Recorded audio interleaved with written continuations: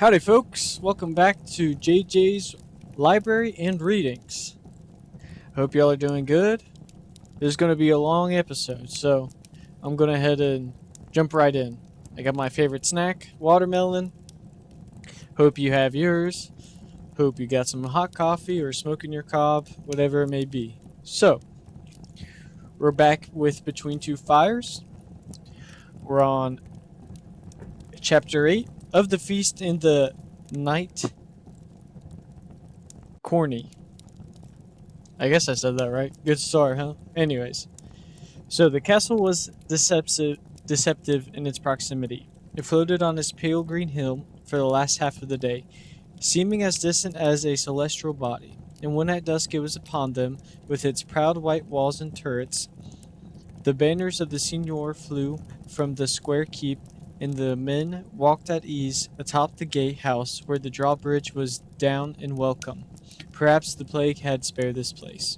Let's stop here and see if we can get a meal, Thomas said. I have to get to Paris, said the girl, and still you won't. Why? And still you won't say why. I don't know yet. I encounter what you don't know with what I do know. We are hungry, and being fed is better than being hungry. Not always, she said. Yes, always, said Thomas. The priest said, I don't see what's wrong with fortifying ourselves if they will share with us. I have a little coin.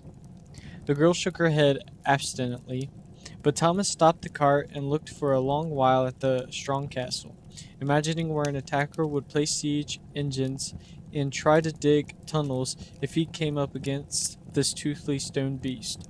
The hill was steep, the ground was tough-boned, and the walls were well built, hung with wooden boards with which defenders couldn't work all sorts of evil against attackers.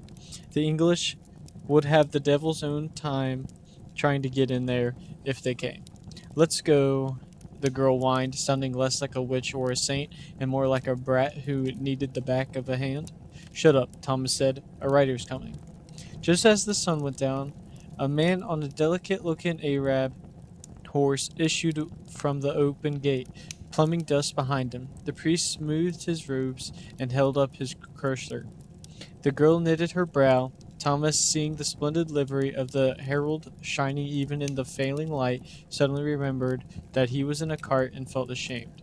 Carts were for peasants, not men at arms. He got out of it and stood, holding his hand up in salute. The herald of this castle was every bit as sunny and pleasant as the one in St. Martin le Puix had been haughty and contemptuous. His voice broke out of him like birds from a copse of trees. Greetings to you, friends in God's love. Are you come to see the tourney, or, he said looking at Thomas, to compete in it? Neither, friend, said Thomas. We are on our way to Paris. Paris? Have you heard no news from there? No. Perhaps because nobody is coming out alive. The scourge is carrying off 300 a day there. Death reigns in that city, and there is no law, and there is no food. There's a little food anywhere. Our tables are well kept. And the plague? It has come and gone. We were touched, and then it sputtered and went out. Our Signor was ordered us to be merry and gay, and to fear no strangers, and to make music. He has offered fife, drum, and viol players to play at every hour, even through the night. He believes the sickness, like a dog, bites those who fear it.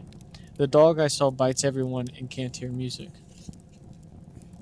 I can only speak for what has happened here, my lord. Many fell, and now none fall, and jolly music plays all the time. I am no lord. A pity. You might have broken a lance tonight in the night tourney. I thought tournaments were forbidden by the king. The king's arm has grown short. Thomas smiled, showing his white teeth. I would like to see this tourney, he said. Can you ride? I have no horse. But can you ride? Well enough. We might find one for you. You look like a man who has spun a quinton or two, and if the truth be told, we are not so well provisioned with knights that we will turn our noses up at any worthy horseman. Our Lord has called for a tourney, and we shall make one as best we can. Will you fight? No, said the girl, and Thomas shot her a cold look. Yes, he said. Excellent! In that case, I have the privilege of inviting you to my Lord's table this evening. Are you hungry? God, yes, the priest said.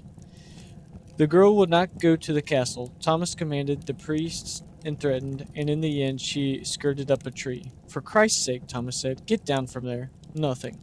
We've been eating twigs and earwax for a week. Now we have the chance to really fill our bellies, and you do this? Nothing. Stop being headstrong and get in the cart. It's getting dark. God damn it. Don't make me leave you out here, and don't think I won't. Nothing. Suit yourself, Thomas said. He turned out to follow the herald, who was politely waiting just out earshot. The priest sat in the cart alone, torn between the two of them. Go with him, Perry Matthew, she said from her perch. He could see only her feet. But I'll be safe here. It's not safe. I'll be all right. I know how to sleep in a tree without falling out. Go. You want to? Yes. He needs you, she said, and disappeared further into the tree. The priest nodded and drove the cart behind the herald's horse, upon which Thomas was also mounted. The pale grass of the hillside was punctured with thistles of the brightest purple, each flower of which seemed to have been issued exactly one bumblebee. Simon will show you to your chambers, the herald said, indicating a sullen but brightly livered boy who met them once they were inside the porticles. What is the name of this place? Thomas said. Harold smiled pleasantly as if it were a joke. Supper will be in an hour. The serving boy had spoken very little, but had ushered them to a small cozy room with a real bed in it. The most he said to them at once was, the sire invites you to go wherever you wish before supper. Thomas had been grinning broadly ever since they slipped between the strong walls of the castle. Nevertheless, decided to strip his armor, stay in his chambers, and close his eyes so he might be fresh for a meal. The priest went off to explore. Two men came and asked for Thomas's armor. The herald said you might want this cleaned. Thomas hesitated while the wary man had been since Grise struggled with the man he was before. The earlier man won out. Thomas handed over his gear and was given a handsome green robe with a cloth of gold stars to wear to dinner. He hung it from a nail and lay down to sleep in his stinking long shirt. The priest crawled into bed beside Thomas an hour later. What do you think? A magnificent fortress, really. The tapestries, in the old style, but such colors, and such a mighty tower. I went atop the battlements and felt that, had it been daytime, I might have seen all the way to Avignon and beyond. I tell you, I think I'll see the Afric shores tomorrow. You lie, priest. I embellish. But the height was astonishing. In the morning, I'll have to get the boy to take me to the chapel. I would have thought you'd go there first. I tried. I got confused in all the halls and couldn't find it. The boy showed up just before the feast and shook them both awake from where they snored on the bed. They followed him to the great hall, which rang with the sounds of music and cheerful speech as they approached. Thomas felt 10 years younger than he was, up on the balls of his seat with anticipation. The tangy, earthy smells of cooking meat and pastries brought water to their mouths as they rounded the archway and saw the hall. Thank you, my God, my merciful God, that the world is still sane and happy here at least, whispered the priest, as he caught sight of wine going from a jar with a mouth like a lion into a lady's goblet.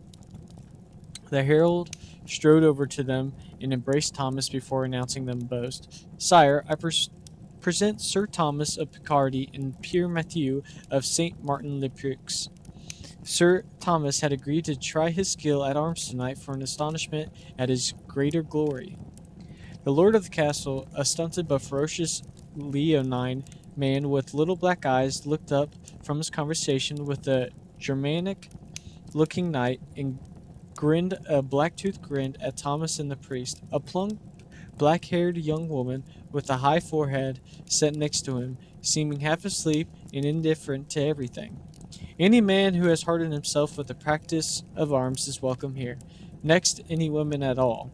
After that, certain musicians and priests, he said, following his jest with a roar of laughter that others around him quickly mimic. You are the fourth man. Now we can have our little sport tomorrow. I hear you ride a mule. Thomas bristled at that, but said quietly, my horse has died. That wouldn't stop a proper horse. Well then, you shall have one of mine. Have you an armor? I have only my armor, my sword, and this priest. You can use my armor. And my priest, if you like. Yours looks like a bugger. Is there a priest who isn't? Asked the German-looking fellow, who turned out to be a Frenchman. The whole table laughed, as well as the hurdy-gurdy player, who had stopped turning his handle while the Lord spoke. Did I tell you to stop playing? Your job is to keep the plague out, not stand there and laugh at our jokes like they're meant for you to hear. Turn that goddamn thing on and make it pretty, or I'll break your hands. Is there anything sadder than a hurdy-gurdy player with broken hands? Maybe a Jew who sneezes at the sight of gold. That's crazy. Everyone laughed except Thomas and the priest. The Lord noted this and said, "How dull," pointed at them, and flicked his hand. Little Simon sat them at one of the far arms of the great U-shaped table. The hurdy-gurdy played loudly, and conversation resumed. Kitchen women brought a basin around from person to person, the hands might be washed, and then the herald announced Sir Theobald de Barton and his squire Francis. Simon placed them at the other arm of the U, across from Thomas and the priest. This Theobald looked familiar, and he was a little younger than Thomas, with sandy hair and a small patch of beard on his chin. A clever bug eyes made for mockery. The squire was a dandy. Theobald saw Thomas looking at him, winked quickly, then whispered something to the squire. The squire snickered. Thomas's hand dropped to where his sword hung on his belt. He just rested it on the pommel. This gesture was not lost on Theobald, however, who winked again, even more provocatively than the first time. Thomas grinned at him, suddenly boyishly happy at the probability that he would be swinging a weapon at this man in the wee hours of the morning. The food was beyond belief in this variety and in the skill of its presentation. The first course to appear was announced by the herald as Gaithar Delight. Pastries in the form of a small tower were shaped out into a breach formed and revealed within the tower. A painted almond paste statue of a nude woman tied to a stake amid flames or crystallized honey and ginger that would be broken off and sucked. The woman was crudely made, her chest flat, recognizable as a woman only by her vivid golden hair. I'll have you all know my great-grandfather was a famous killer of heretics, the senior boasted, but he might have spared this one. The flames were all gone, so he lifted the woman out and licked her sticky belly shamelessly, then bit off her legs. Fruits and cheeses came next, served in bowls painted with images of men and women copulating. The priest ate hungrily from them, and when Thomas pointed out the figures, the priest shrugged and said, "Perhaps this is as close as I get to being fruitful and multiplying." Thomas kept looking at them, amused by his moral flexibility. At least the sinful painter was a man of talent. Wouldn't you agree? He said, and Thomas laughed. I wonder how the girl's getting on, the priest said now. As well as she deserves, Thomas said. I will not be governed by her in every little thing. If she wants me to go to Paris, fine, but she'll learn to stay where I say and eat where I say. Eating from these bowls may not be a sin, but I should have stayed with her, the priest said. What? Up her tree? I could have sat beneath it. You still can. No one's keeping you here. Yes, the priest said. Then looking up at where the hurdy-gurdy player had come very near, staring at the priest while he played loudly and smiled. One filled the priest's goblet with thick red wine. The priest did not leave. Now vases and amphorae heaped with roasted eels and lampreys were brought to the table. But Thomas thought of the thing in the river and could not bring himself to try these. He did notice Theobald of Brereton greedily heaping eels upon his platter. When he saw he had Thomas's eye, he bit into one of the long fish and said, "Vengeance at last," and laughed, though Thomas had no idea what he meant. The main course came next. 3 kings. The herald intoned, and women brought out a huge platter piled with venison and other exotic meats, and several boats of garlicky brown gravy. Peacock and peasant feathers accented it artfully, and topping it were 3 large roasted monkeys sitting on cedar thrones, wearing capes of ermine. They were golden brown, which the cook, a man with narrow eyes and very long fingers, proudly tipped back, letting steam rise from their open skulls, into which he placed 3 elegant spoons. The chamber burst into applause, and one fleshly woman actually wept, though whether for the beauty of the display or through the passos of the monkeys was unclear. The senior practically leapt from his chair. He took the spoon from the central monkey's head and slurped the delicate meat, contorting his face in ecstacy. "Priest," he said, "how do you say this is in my brain?" The priest looked flabbergasted. "Well, in Latin. No, in cunning Flemish. Latin, Latin. What else do you ask a bugger priest about?" "Well, hoc est cerebrum meum." But that's uncomfortably close to "monkey may speak Latin, may he not?" If a monkey may speak at all, I suppose. The Lord slurped again with the spoon, then said, "Hoc est cerebrum meum," in the squeakiest monkey voice he could muster. Now he dipped the spoon back into the monkey's head and walked a spoonful of brain purposely over to the priest's lips. "Say it," he commanded. "I'd rather not," the priest said, squirmishly uncomfortable. The nobleman pressed the spoon against the priest's lower lip. "Say it." "My lord," Thomas said evenly with a steadying gaze, I forgive me, but no." "My lord," Thomas said, scooting his chair back a little across the hall. Theobald D. Barton scooted his chair back as well. The hall was silent now. The senior shot Thomas a look that made him suddenly see a lion killing an old man on sand with a hooting crowd looking on. The image left as quickly as it came. "Very well," the senior said, in a mildly conciliatory tone. "The priest need not speak Latin for us, but he shall have no brains until he does, and no wine until he has brains." So saying, he turned his back and walked the spoon back towards the three kings. The priest cleared his throat. Hoc est cerebrum meum," he said quietly. The Lord turned on his heel now, grinning mildly, and steered the spoon from the peer's mouth, which he had opened, accepting the spoonful of salty, garlic-scented meat. It was the best thing he ever tasted. His goblet was filled. As just that moment, the senior noticed that the hurdy-gurdy player had stopped playing to watch the standoff. He grabbed the little man's closest arm, dragged him to the table, and in three nauseating blows broke his hand against it in the heavy pewter mug. The musician screamed and ran off, dropping his hurdy-gurdy, which broke as well.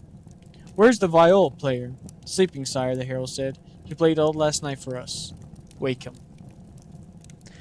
Thomas and the priest ate to bursting. Thomas had no monkey, but he did fill his trencher with cuts of strange meat he drenched well in an intoxicating gravy. "What is this?" he asked the serving woman. "Deer, ram, wild boar," she said. "It's all roasted together." "Tastes boorish, but strange bones for a boar," Thomas said. "Perhaps I am mistaken. My lord has beasts from many lands in his cages, and they are eaten when it pleases him. Or perhaps it's a Jew." The man next to Thomas laughed so hard that he nearly choked. The viol player, while pale with exhaustion, was very skilled. He looked Moorish, and moved his hips in strange and sensual rules which he drew across the honey-sweet strings. Thomas was becoming drunk, and the priest was drunker. He noticed Pierre Mathieu watching the musician distractedly. "Jesus Christ, you are a bugger," Thomas laughed, though there was no laughter in his eyes. "No, just the music. I am enraptured with it. I have never heard its equal," the priest said. A fat drop of sweat fell from his nose. "Or almost never." Thomas noticed the bored gaze of a woman who sat beside the senior upon him now. The fire from the hearth and many torches made her headpiece twinkle hypnotically. She was beautiful, more so than he had noticed before. He raised his goblet slightly to salute her, which she answered by dipping her thumb into a monkey's head and putting that thumb into her mouth. Thomas saw her tongue flicker for just a moment and knew that the wound he got in St. Martin-le-Peux was completely healed. "I think the Lord's daughter likes you," said the man next to Thomas. "Daughter? She's past the maiden's age. Where's her husband?" "She's newly widowed." "How newly?" "He was killed at Circe. That was 2 years ago." "Are you quite sure?" "I was there." "Oh, well, seems like yesterday. She was quite attached to him. We all are, or were." "What was the knight's name?" "You know, I have forgotten." "I'll just ask her." "Affirm me." "Oh." The woman turned her head slowly and looked at the man. Her eyes was very large and green. What do you want, Herbert? What was your husband's name? My husband? Yes, you know, the very tall husband, one who gave you several stillbirths, then went off to die in Picardy. Ah, him. His name was Horace, barked her father. No. It was Periot? Suggested the violator with a decidedly Agrigon's inflection, never missing a stroke on his instrument or a turn from his waspish hips. No, you silly hedgecock. I would never spread my legs for anyone named Picard. No, it was. She opened her mouth now and issued a deep, manly belch. One heartbeat after it was finished, the whole room erupted in exuberant laughter. Thomas was sloshily defended.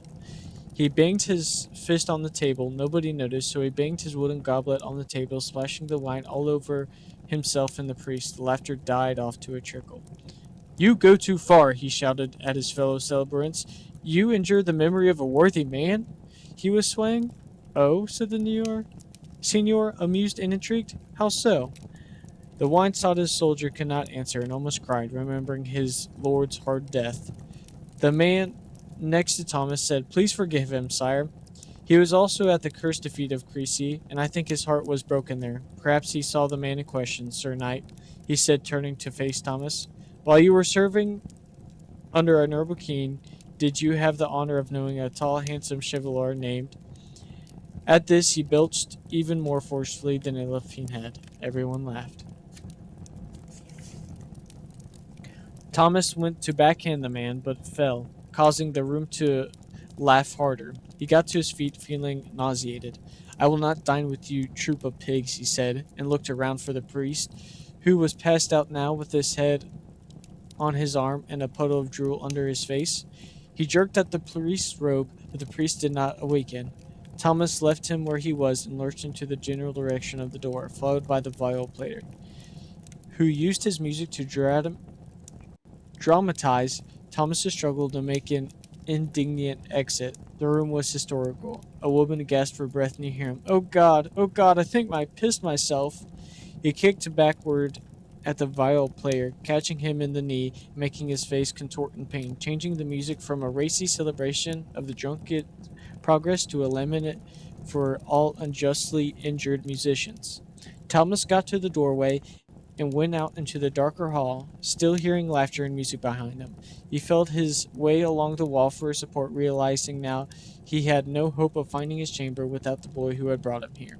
I'll sleep in the whoring stable, then, he said, and kept moving. He felt his way along the straight wall for what felt like an hour, passing many exquisite tapestries with bizarre motifs. One stopped him and made him stand swaying before it, trying to comprehend. It seemed to show a nobleman from the previous century bathing an infant, but she was holding it by its legs, head down into the tub.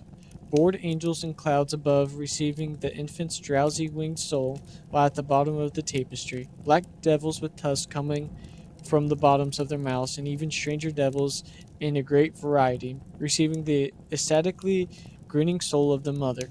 A lionish thing with human hands felt the woman's breast. Next to it, the largest of the devils had 12 eyes and a round, fiery mouth, seemed to stand on owl legs. Its black hand was between the legs of the woman's soul, 2 fingers in her up to the knuckle. Filth, Thomas slurred. Just when the candle to the left of the tapestry flickered, and a spill of wax overflowed his sand, spilling suggestively on the floor. More filth. He remembered that he had to find the stable and go to sleep there, so he continued on. Soon he came to an open, well-lit archway he hoped might lead outside. Instead, he entered the great hall once again by the same door he had pitched out of. Everyone was looking at him, deeply amused but silent, as if they had been waiting to surprise him. He felt his way to the seat, pulled it forward, and sat down again next to the unconscious priest. He put his arm on his head and slept. An instant later, someone was shaking him. It was the man next to him, the man who had tried to strike. Sir Knight, the man was saying in a hushed voice. What? Thomas slurred. The man's mouth was so close to his face he could see the texture of his green little tongue and a dark shred of meat between 2 of the asymmetrical teeth. You passed out. You mustn't sleep at table. Thomas shook his head and sat up, profoundly confused. He was about to point out to his neighbor that the priest was sleeping, and nobody had bothered him, but then he looked, and he saw that the priest was awake and having his goblet filled again. Everyone is toasting the heroic deeds of the war with England. You don't want to miss it, do you? No, he said thickly. The serving woman now filled his goblet. He saw that her nipple was out over the top of her garment and had the nearly irresistible urge to lean forward and lick it. Across the hall, Theobald de Barton had taken to his feet and was looking at Thomas with his protuberant eyes. And let us not forget our friend Sir Thomas of Picardy, he said, although I cannot remember what town in Picardy, but I believe I met you near Cambrai 10 years ago. Thomas felt his face flush, and he resisted the urge to look down. Yes, it was you, the other man continued. Your signor, the Comte de Grievous, a worthy man with ridiculous large mustachios, was camped near the Count of Manaut as the English drew their battle lines across from us. You are correct, Sir Knight. I was there, and let us speak of something happier. Forgive me, I must continue. It's just so good. This Thomas was not yet a knight, though he had 30 years behind him. Still, his manners were so coarse, and his birth so low, his seigneur again, a wise and worthy man, had not yet bestowed upon him his belt and spurs. Now imagine, this great battle was just about to start, and suddenly a noise went up from all the men on both sides. The court of Hainault hastily knighted some dozen of his young squires and men at arms so that they might fight and perhaps die in the holy state of Christian knighthood. This man's lord, looking at the brawling, overmused squire, with white hairs coming into his beard, took pity upon him and knighted him as well. Only the battle hadn't started yet. A hare had leapt between the legs of the French army, and they had been cheering at that. A hare! The battle never started. Our king decided to remove himself, and everyone went away. Only here were all those sad bastards knighted because of a hare. The knights of the Order of the Hare, and one of their illustrious number is with us tonight. I have fought many actions since then, Thomas roared. All in our king's service, no doubt. Get yourself fucked, and your shit-nosed girl of a squire. I don't have to answer to you. Where have you fought? In a whorehouse brawl for the right to plow your whore mother without paying? Ah, there's the rare stand of nobility that made your lord so proud to knight you. And you know perfectly well where I have fought. You're just too drunk to remember. My nobility will show itself on the field, Thomas said, waving off the girl who tried to fill his cup again, and not in perfumed words to impress serving girls. Theobald bowed. Ho ho, the seigneur said. Now I have not missed the knight tourney for anything, not cunting anything. He smiled with his mouth full of black teeth. I'm going to take 1 second there. I've been reading for a second. I got some delicious watermelon in a cup. I'm going to take a bite.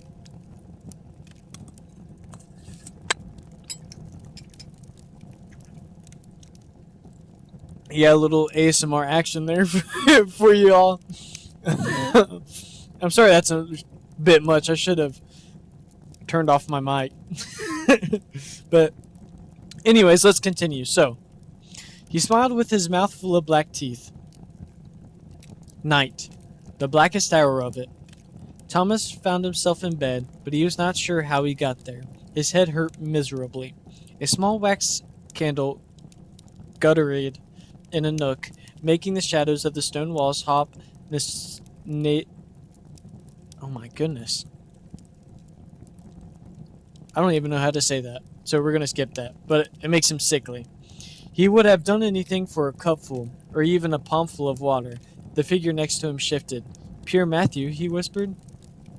The figure shifted again, pulling the blanket half off itself, revealing the very pale, moly back of the Lord's daughter. Something growled from the lower half of the bed. He looked up to see a tiny dog curled between his mistress's feet, growling a warning at him. He growled back at it, then reclined. The room smelled like hot cunt and a red wine vomit. He checked over his side of the bed and confirmed his suspicion that he had been the source of the latter. Fragments of the night's evenings came to him in watery flashes. Her open mouth coming to kiss his, her teeth graying toward the black of her father's teeth, her pear-green eyes half lidded as her tongue flickered forward, her breath with its notes of garlic and rot. His two fingers sunken her up to the knuckle, her wheezing beneath him and digging into his shoulders with her fat little fingers.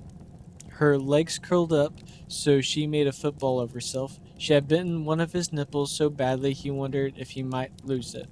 So this is hell, he muttered. He glanced at his borrowed robe, which was hanging from a nail near his head. He noticed the cloth of gold stars on the sage green fabric and saw that they looked very much like the stars in the actual night sky. He found the constellation of the swan, then he remembered his comet, with its little bloody vein, and the smaller one near it. He was afraid now. He did not want to touch the robe, so he put on his soiled shirt and inner leggings. Then he sat gingerly upon the bed to put his boots on. The little dog uncurled itself and stood yapping and growling as if it were in pain.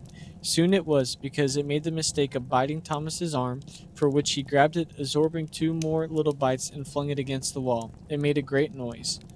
He didn't look to see if it had roused the woman on the bed, because he didn't want to see one of her large green eyes fixed on him.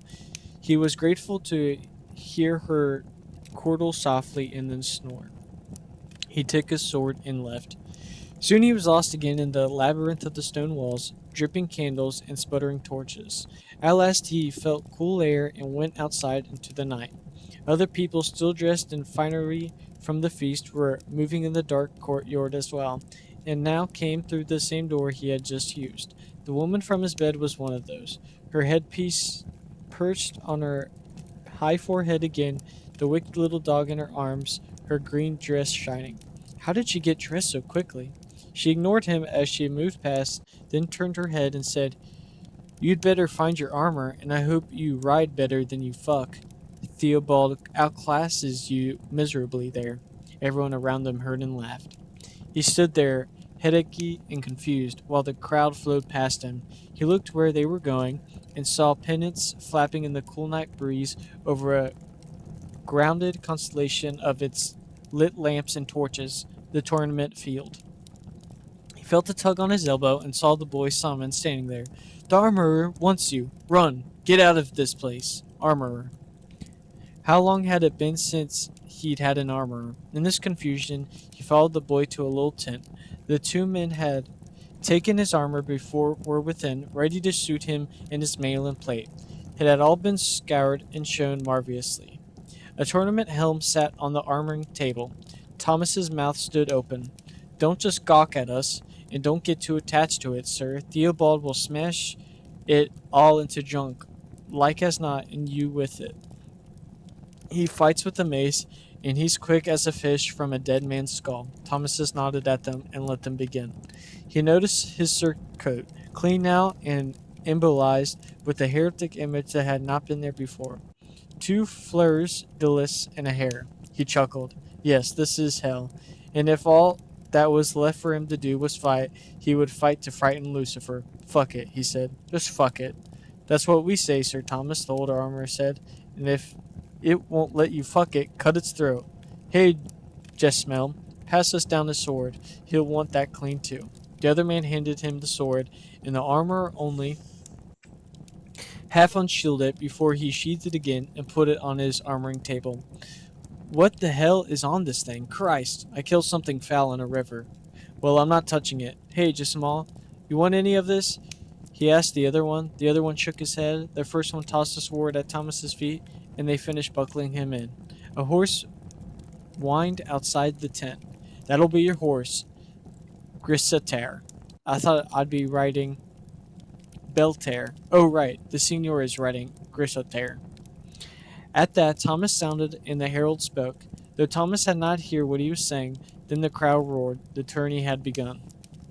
He went out of the tent and saw the model charger he was meant to ride, a gray-haired, long-headed squire in an ill-fitting jerkin and loose horse felled the reins, and the man was so drunk he could barely stand. A second look at the ridiculous squire showed him to be Matthew Honetire, the priest. The sound of something punching through the armor came from the tournament field, and the crowd lose an impression. Whoa! Thomas borrowed horse turned to look at him, and Matthew motioned towards the saddle Thomas mounted. Are you yourself, or are you a devil? Thomas asked, putting on his tournament helmet. I don't know, he slurred, but I'm fairly sure there's the devil out here. A horrible shriek came from the field. The crowd went, ho! Ho! The way a crowd will when something awful had happened to a man. The squire priest grabbed a lance from where it leaned against a rail and handed it to Thomas, taking up 2 spares as well. Thomas looked down at the shaft at the point. It was a war point, sharp and deadly, not the blunted cordelet of knobs on one used in tourneys. So be it, he said. Let's go die, priest. I wish that were all at risk here, Matthew said. He turned the horse and brought it into the trampled sod on the list. Oh, for Christ's sake, he said under his breath. 2 horsemen were on the field, and a third awaited on the far side. What must have had been 100 torches burned, and burned the image into his mind. The German-looking Frenchman from the feast was sitting dead in the saddle, a lance through his side. His helmet was off. The senior, also Sand's helmet, circled his horse around him, then spurred it close, using a one-handed war axe to split the man's head laterally, from nose to the back of his skull, the contents of which flowed all over the sand. The crowd screamed its approval. Then a monkey came from beneath the stands, a monkey of the same sort as the 3 that had been roasted for supper, and began to pick from the sand and eat from what had flown from the man's head.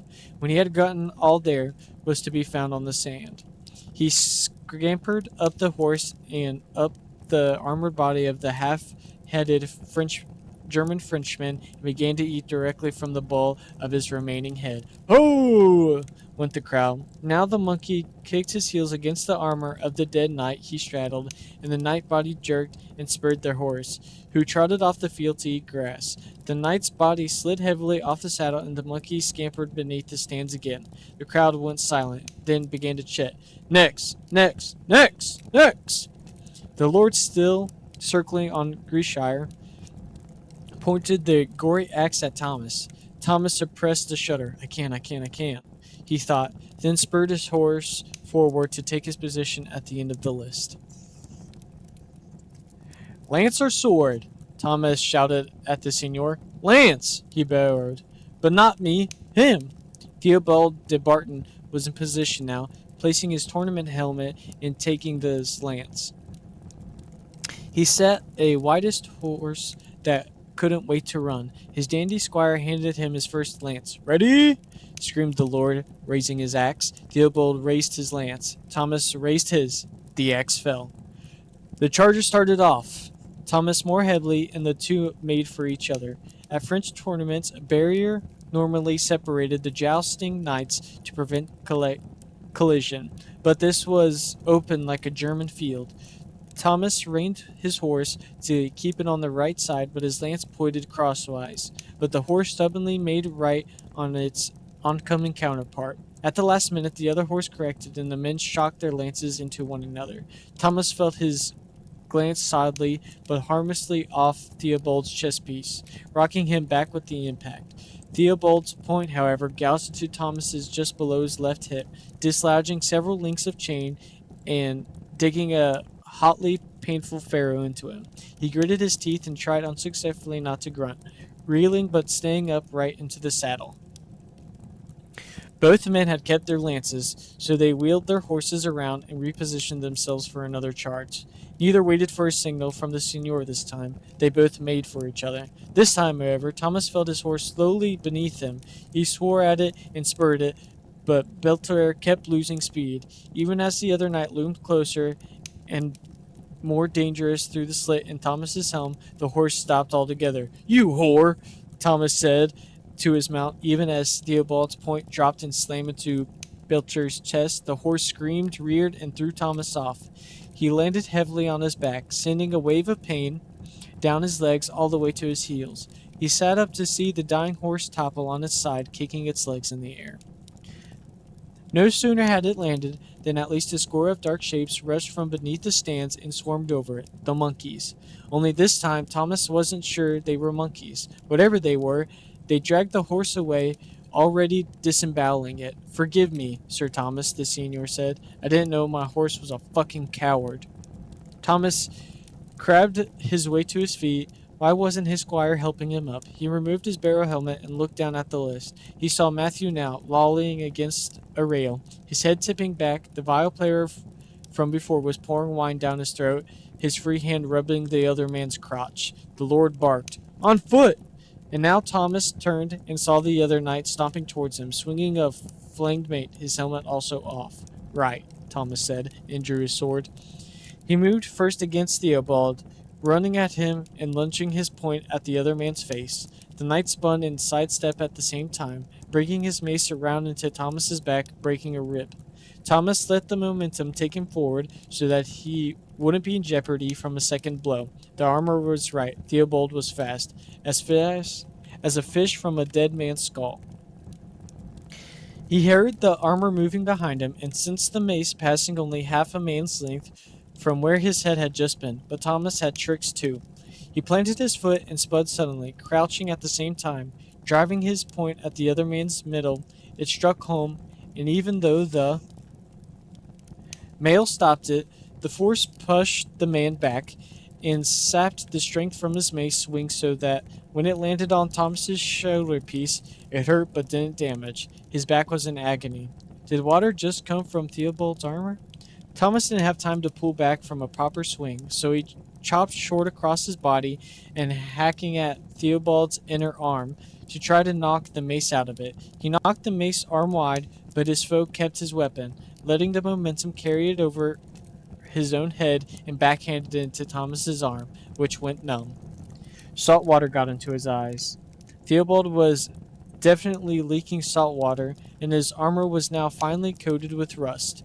Thomas didn't actively notice these things. Without hesitation, he switched hands and licked out with the sword point, which caught the other man's between the knuckles of his mace hand, opening the links of the chain mitten and making him drop the mace.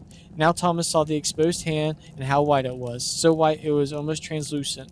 A fucking hand. He lashed out with the blade again and caught Theobald across the side of the head. Seawater, not blood, gushing from the wound. It stank. Theobald looked amused. He opened his mouth and a scream came out, but it was not his scream. It was the scream of the fat peasant who had died in the river. It was the scream the thing in the river had mimicked. Thomas recovered from his stupefaction and swung hard now from his working arm. Theobald, who was getting puffier and wider by the second, raising his arm so it caught the force that had meant for his neck. The armor saved the arm from getting skewered, but the bones in it were broken, and he careened sideways. More water gushed from him. The eel slithered out of his leg armor to writhe on the sand. The sky was not as dark as it had been. Thomas scrambled for his mace now, picking it up with a bloody broken arm. Thomas struck him across the bank, or from the back, breaking his scapula. Unconcerned, Theobald lurched up, and the mace had backhanded Thomas across his own numb arm, which was also broken. The opponents paused now, looking at each other. Theobald grinned at Thomas, and a thread-fine marine worm sprouted from his lips. A small fish ate one of his eyes from the inside, and he stank. He stank. Theobald de Barton. Theobald, Battle of the Dead at the Battle of Sluys. He fell into the sea when an English ship rammed into the ship he was on. He was the best fighter in Normandy, but he was not stabbed or shot with arrows. He just slipped on the wet deck and fell into the water, where his armor pulled him under. Thomas's lord had told his men before they met the English at Gracie to remind them that no death was inglorious when suffered in the field. The light was coming into the sky. "Hurry!" screamed a woman from the stands, and the cry was picked up by other spectators, all of whom were beginning to rot now. Some yelled, "Kill him!" or "The sun!" The lord of the castle shouted, "Hurry!" as well, and tried to shout it again, but the word changed into a roar of a lion. Thomas spared a glance at him. He saw that he was growing taller, stretching out of his armor, so that his skin showed between sections. His head was a lion's head now, but lumpy and corrupt. Balanced badly on an ungainly stack of flesh, and Elmer had become a devil from hell, and a court of the damned. The thing that had been the Signor started taking jerky step towards them. Theobald lashed madly with his mace now, and Thomas blocked or evaded all but one blow, which he had stepped into at the last instant to avoid taking the head of the mace. Instead, he caught the shaft across his jaw, which broke. "Hurry!" screamed the mob, which had begun running off the stands towards the combatants. Thomas shoved his sword into the face of what used to be Theobald de Barton, and it shuddered and stopped moving. Thomas yanked the sword out of it, but fell on his side. The lion devil roared, standing over Thomas. The crowd of the finely dressed corpses moved closer. One of the monkey things tugged the armor off his foot and bit it. Thomas held his sword up. The sun came over the edge of the land, just one brilliant orange diamond's worth, and it was all gone. Everything. Thomas was lying in a cow field, holding up his sword, dressed in his rusty armor. Neither his arm nor his rib nor his jaw were broken. A rusted plow standing there, the lion devil had been, one of its spares hanging of the angle of the axe it had just been holding. A dead sheep lay exactly in the position of the corpse of Sir Theobald had assumed when he collapsed. A small Norman tower, long abandoned and crumbling,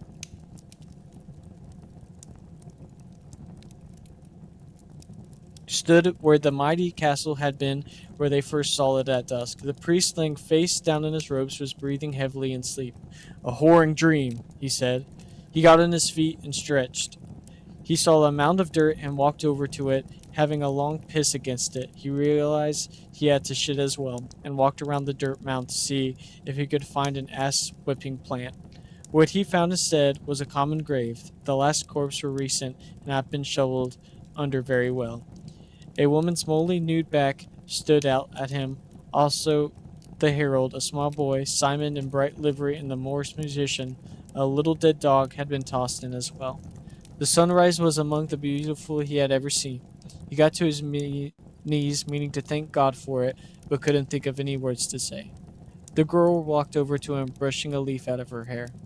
"Are you ready to go to Paris now?" she said. "Yes." Part 2. And that's where we'll leave it at. Man, that's a little disappointing that it was a dream, but I will give it props. Very creative. You know, it was fun too.